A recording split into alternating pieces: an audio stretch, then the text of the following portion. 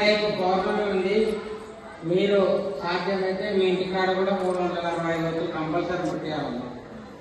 అంటే రేపు చేస్తే సంవత్సరం మొత్తం ఏదైనా రోజు మిస్ అయినా చేసిన